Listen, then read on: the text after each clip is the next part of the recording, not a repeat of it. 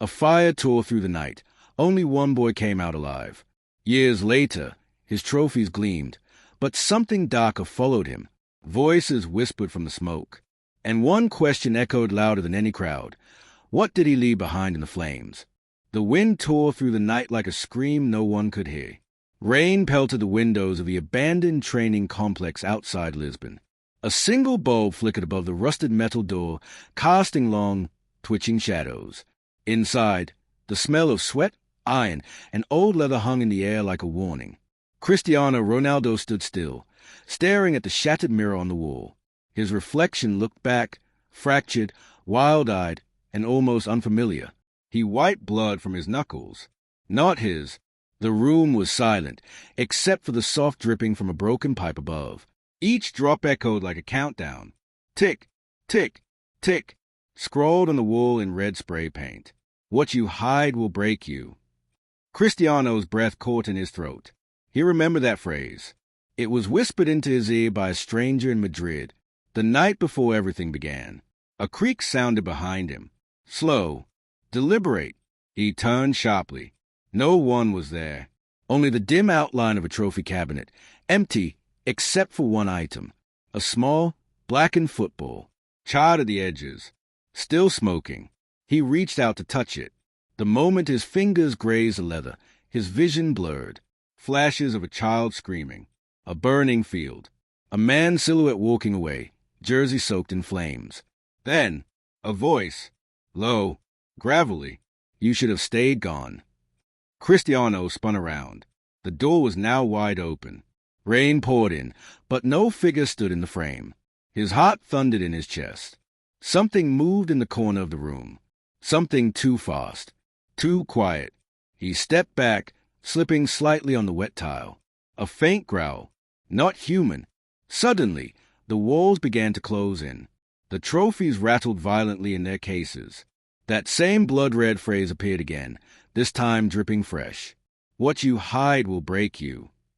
And then, from the darkness, a shadow lunged, eyes glowing, mouth open, and in its scream, his name, Cristiano. Cristiano stumbled backward, crashing into the shattered mirror. Glass sliced through his back, hot pain streaking down his spine. He gasped, but no sound left his lips. The shadow twisted midair, its form shifting, part man, part memory. Its face was burned beyond recognition. But the voice was unmistakable. You left us to die, it hissed. Lightning cracked outside, illuminating the room for a split second. In that flash, Cristiano saw what lay behind the shadow. A figure slumped against the far wall. Limp, motionless. He tried to speak, but his throat locked. Memories he buried deep clawed their way to the surface. A match in Funchal. A promise made. A promise broken. The air turned cold. So cold his breath frosted in front of him. His jersey clung to his skin, soaked with sweat and rain. The football still sat on the floor, but now it was bleeding. Thick, black liquid oozed from the seams. It crept toward his boots, pulsing like a heartbeat. Boom, boom, boom. The sound was not just in his ears. It throbbed in his skull. A low, rhythmic thud. He looked down.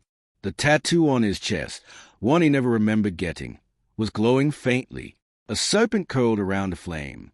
It pulsed in sync with the dripping blood. Then came the scream. High, piercing, childlike.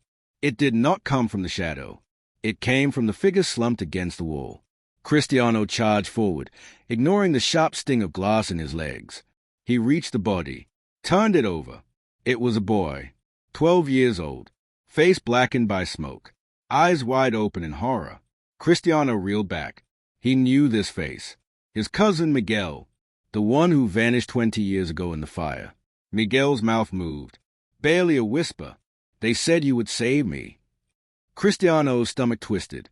The flames, the locked door, the guilt, the shadow behind him growled louder. It was closer now, breathing, hungry. You sacrifice him for glory. The voice was a chorus now, a dozen tongues, one truth. Cristiano collapsed to his knees. His vision darkened at the edges. The room spun violently.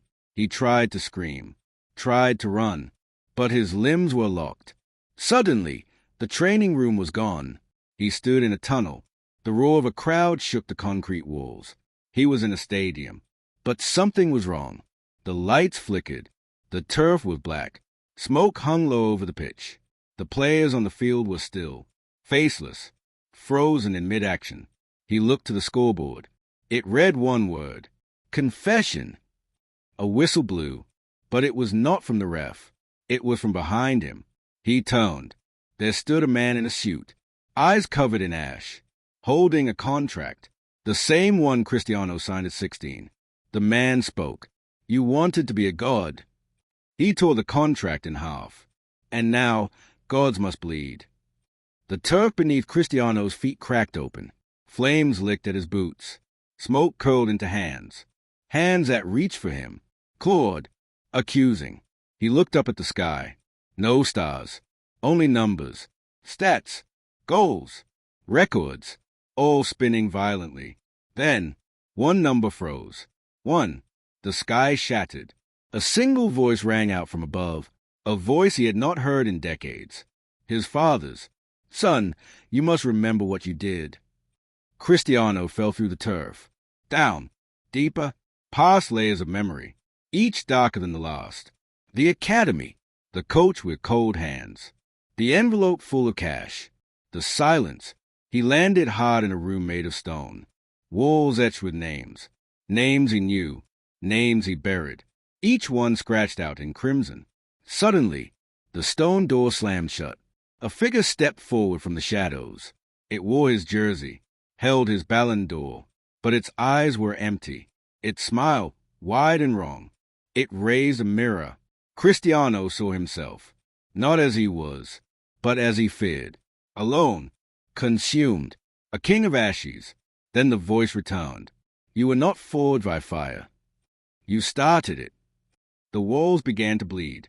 The mirror cracked, and the door behind him began to open, not to escape, but to what waited, to what remembered, to what he had tried all his life to forget. The air turned to smoke, thick, choking. It poured through the opening door, swallowing the bleeding walls. Cristiano backed away, stumbling over names carved in stone, each name now pulsing, alive, beating like hearts beneath the surface, crying out for him, begging, accusing. The mirror at his feet shattered completely. Shards spun in place, reflecting his face 100 different ways. Each one showed a different version of him. Young, innocent, broken, vicious, some smiling, some screaming, some bleeding. The shadow from the training room now towered in the doorway. Its eyes burned white, its body a storm of smoke and memory. It carried something in its hands. A jersey, charred, child-sized. The number 7 still visible, barely. Cristiano's breath hitched.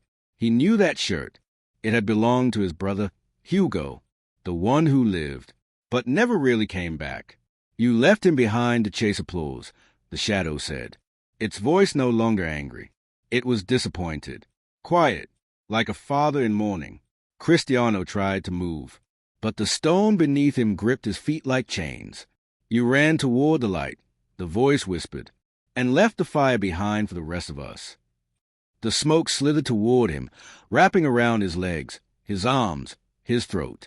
He clawed at it, but his hands passed through. Then came the sound. Not a roar, not a scream, but a chant. The crowd. It echoed through the underground chamber like a hymn from the dead. Ronaldo, Ronaldo, Ronaldo. But it did not lift him. It dragged him. Each cheer nail driven deeper into his chest, each syllable heavier than the last. He saw them now, faces from the stands. Not fans, victims, people crushed beneath the machine he had become.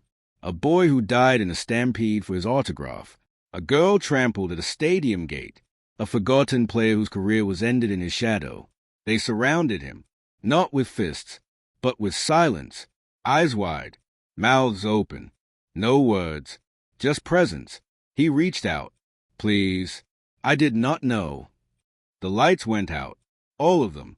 Even the burning names faded to black. He was alone. Truly alone. A spotlight flared above. Cold. White. It illuminated a single chair in the middle of the chamber. Cristiano was already sitting in it, strapped in, unable to recall how he got there.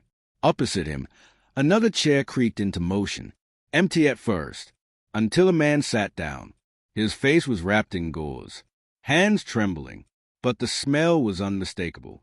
Brimstone and burnt grass. The man leaned forward, unwrapped his face. Cristiano flinched, because he was looking at himself. Not the man in the mirror, but the man he feared becoming. Skin cracked, eyes hollow, mouth filled with ash. The double grinned, and spoke with a voice soaked in venom. You made a deal. You played their game. And now it is your turn to lose. The stone walls shuddered. Chains fell from above. Iron, rusted, rattling like angry serpents. They wrapped around his arms, his chest, his legs, squeezing. The floor beneath cracked again. A red light poured through, hot, pulsing, alive. The double leaned in closer, his voice now barely a breath. They do not worship you, Cristiano. They worship what you gave up. The heat below rose in waves, burning his skin, melting the edges of his memories. He saw himself on the pitch, the winning goal, the flash of cameras, the roar of the world. But now, those same flashes lit a funeral, a boy in a small white coffin, a letter tucked inside. From Cristiano, unread, unforgiven, a siren began to wail. Low, far away, then closer, and closer. The ground gave way, and he fell again.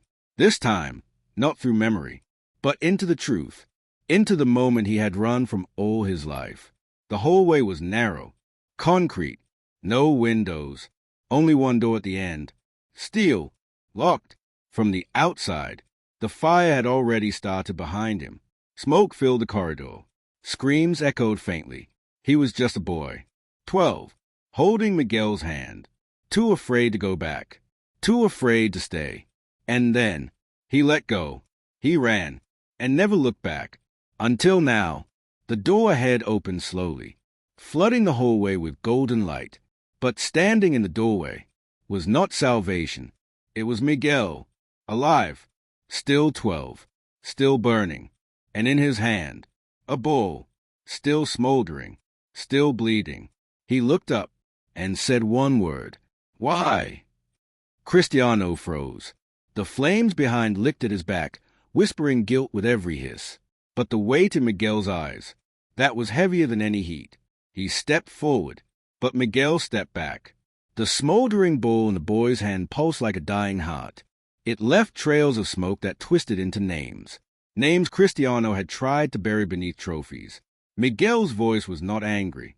It was hollow, like something scraped from beneath the earth. You ran. You heard me calling. And you ran. Cristiano's legs shook. He reached for Miguel's shoulder. The boy flinched. His skin peeled like paper, revealing bone. Charred, splintered. Cristiano recoiled, but he could not look away. The hallway began to melt, walls bending inward, the ground bubbling beneath their feet. From the floor rose faces. Children, fans, family, all scorched into the stone. They moaned in silence, their mouths open wide. But their eyes, they locked on him, judging, waiting. Miguel tossed a burning ball at Cristiano's feet. It rolled in slow, unnatural spirals, then stopped. Cristiano looked down. Inside the cracks of the leather, something moved. Fingers, tiny, trying to claw their way out. Then he heard it. A voice, from inside the bowl. You promised you would come back. Cristiano staggered away, pressing against the melting wall. The stone burned his hands, but he did not care. His breath came in gasps now. The air tasted like regret. Miguel knelt beside the bowl, cradling it like a newborn. He hummed softly, a lullaby, one Cristiano remembered. Their mother used to sing it, before the fire, before the silence. The steel door behind Miguel slammed shut, sealing him in. Cristiano screamed. He pounded the walls. The flames surged up on the floor, wrapping around his legs. He saw the boy one last time, Miguel's face flickering like a film reel caught in the projector. Then, Everything exploded into ash. Cristiano fell again. This time, into nothing. No light, no flame, just endless black. Until a new room formed around him. Clean, white, bright, too bright. The sound of slow clapping echoed from above. He turned. Seated at a long table were 7 figures, each wearing a mask, each mask shaped like a piece of his past. One had the face of his coach, another a rival, another his own mother. One wore a mirror. They stared without eyes, judged without words. In the center of the table, a screen flickered to life. Footage began to play. Not matches, not goals, but moments, real ones, private. A shove in the hallway, a bribe accepted, a cry ignored, a lie told, and again, every betrayal, every silence, every time he chose himself. Cristiano shook his head. This is not who I am. One figure leaned forward. The mask split open, revealing a mouth of endless teeth. But it is who you became. The lights went out. A single spotlight lit the floor. Now he stood in the center of a stadium. Empty, silent, dead. Statues surrounded the pitch, each one shaped like him. Cristiano in victory. Cristiano lifting a trophy. Cristiano on the podium. But every statue had cracks. And from each crack, smoke and whispers, the same word, over and over. Why? He turned in a panic. The statues were closing in, their arms moving, their eyes bleeding. Then came the whistle. Sharp, final. From the center of the pitch, there stood the referee, face covered, holding a red card. He raised it high, and for the first time, Cristiano saw what was written on it. Penalty, memory. The turf beneath him turned to glass, clear, reflective, and beneath the glass, a scene, the day of the fire. Young Cristiano, running, looking back, seeing Miguel, choosing. He fell to his knees. The red card dropped beside him and split in two. From the broken glass, Miguel's voice returned. One word, remember. And suddenly, Cristiano felt something seize his chest. Cold, unforgiving, like fingers from beneath the earth, pulling him back into the flames, back into the truth, back to the night that forged a legend and buried the boy alive. The fingers dug deeper, through flesh, through bone, until they reached what lay buried at the center, a memory he had never truly survived. Cristiano screamed, not from pain, but from recognition. He was back, not in the stadium, not in the chamber, but inside that house, the one in Madeira. The night the fire began, the air was heavy with kerosene, the cheap kind his father used to store in the shed. Glass shattered somewhere upstairs. A dog barked once, then silence. 12-year-old Cristiano stood barefoot in the hallway, the floor cold, damp, but not from water. Smoke drifted from under the kitchen door. Orange light flickered behind the cracks. He took a step forward, then stopped. Miguel's voice called from the back room. Chris, where are you? Another voice answered, not his. Older, familiar. Leave him. He wants to be great. Cristiano's heart froze, because that was his own voice, but not from the past. From now, the man speaking through the boy, warning him, pulling him away. The boy cried out again, please. And then the fire burst through the door. The hallway erupted. The walls shrieked. The ceiling collapsed. Cristiano tried to run to the room, to Miguel, but the flames lifted him like a hand, held him above the blaze, made him watch. Through the thick smoke, he saw the bedroom door slam shut, the knob glowing red, small fists pounding against the glass. He screamed, kicked, begged, but the house did not listen. It roared louder, hungrier, and then the world exploded in a blast of white light. When the brightness faded, he was on his knees, back in the training complex. But it was no longer abandoned. The walls were clean, the mirrors whole, the floor shining. It looked exactly as it had on his first day. A bowl rested at the center of the room, untouched, new, perfect. Cristiano stood, trembling. His reflection watched him carefully. But this time, the mirror was not his own. It showed Miguel, alive, dressed in a jersey, younger than ever, eyes filled with hope. And behind him, the shadow, still watching, still waiting. Cristiano approached the bowl, reached down. His fingers trembled. He touched it, but instead of the smooth texture of leather, he felt something else. A heartbeat, fast, terrified.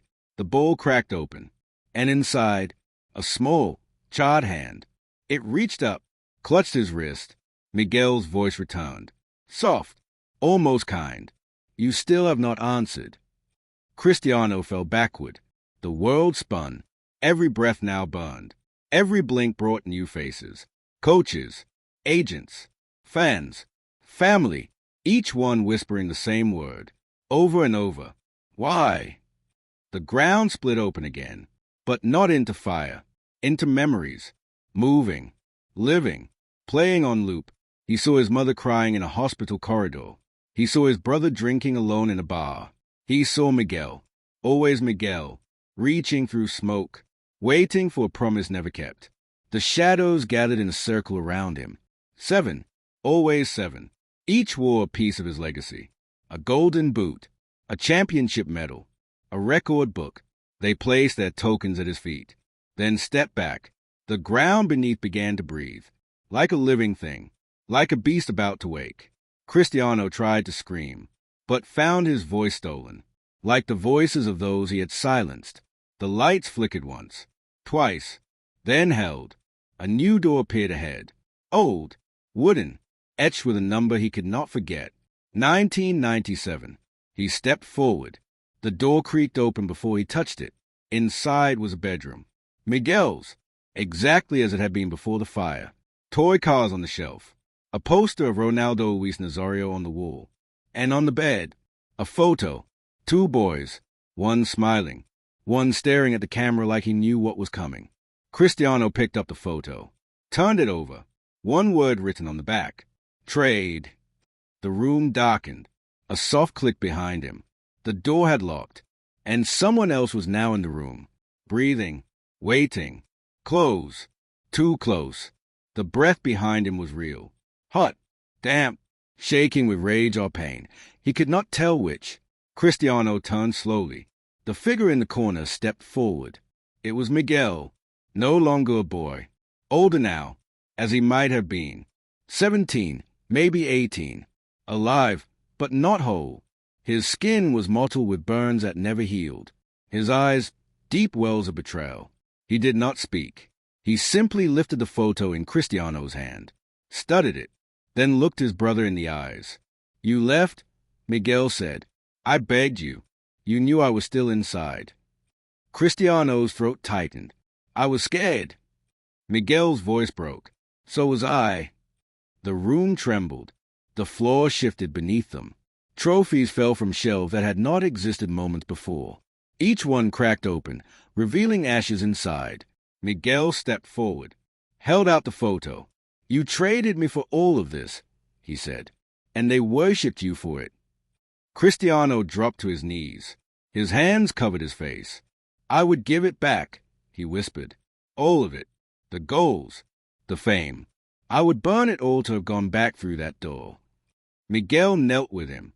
You still can, he said, but not with trophies, not with statues, with truth. Cristiano looked up. Tears streaked his face, the weight of decades collapsing all at once. He stood, turned to the bedroom door. It creaked open again. This time, the hallway beyond led not into fire, but into light. Cold, clear, honest. Outside, the world waited. The press, the fans, the headlines, but also the truth, and the cost. In a quiet press conference the next day, Cristiano sat alone. No entourage, no smile.